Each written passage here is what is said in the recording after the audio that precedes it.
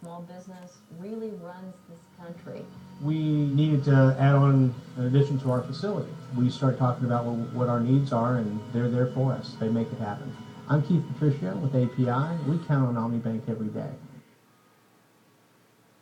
This morning's Feeding Your Family, or Feeding Your Army by the looks of things here. We're talking about the gluten-free diet. Is it the right fit for your lifestyle? Laura DiStefano, a registered dietitian at St. David's Austin Medical Center, is here this morning. Now, first of all, define what a gluten-free diet is for us, first of all. Okay, all right, let's talk about what gluten is first. So gluten is a protein that's found in carbohydrates, and it's in barley, it's in wheat or white flour, and it's also in rye. Okay. So if you're having a gluten-free diet, you would not have these kind of carbohydrates in your diet. You would choose other things like soy, corn, rice. Quinoa is a great one. Which is delicious, by the way. Yes, and it's really Tons good. of protein, right? Tons of protein, low in calories. It's just low in fat, so it's a really good choice for a whole grain in general for someone that has celiac disease or the gluten-free And what diet. are the symptoms of that disease for someone who may not have been diagnosed? So celiac disease is basically, it's an autoimmune disease, and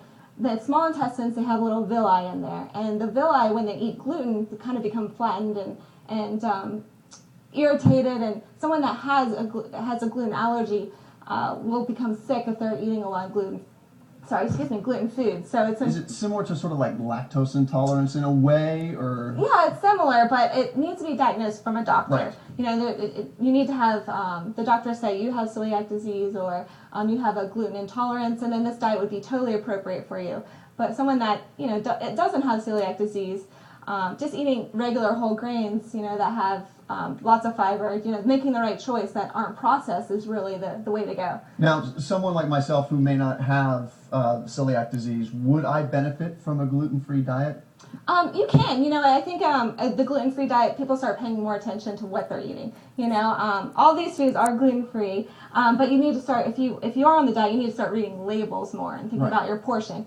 For instance, the spaghetti here, it's not made from wheat. It's actually made from brown rice. You can see that. And a lot of people are aware of this now, so people who suffer from this have more options these days, right? They do. The supermarket is filled with gluten-free aisles. You go to restaurants.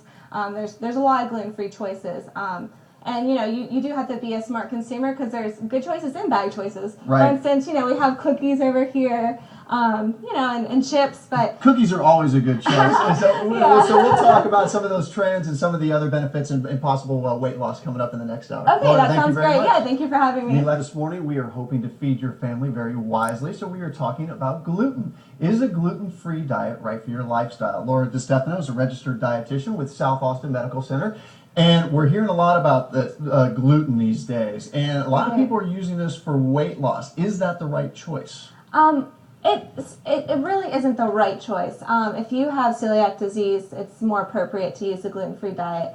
And you would be eliminating rye, barley, and wheat. But there are other whole grains that are good choices. A lot of celebrities are using the gluten-free diet.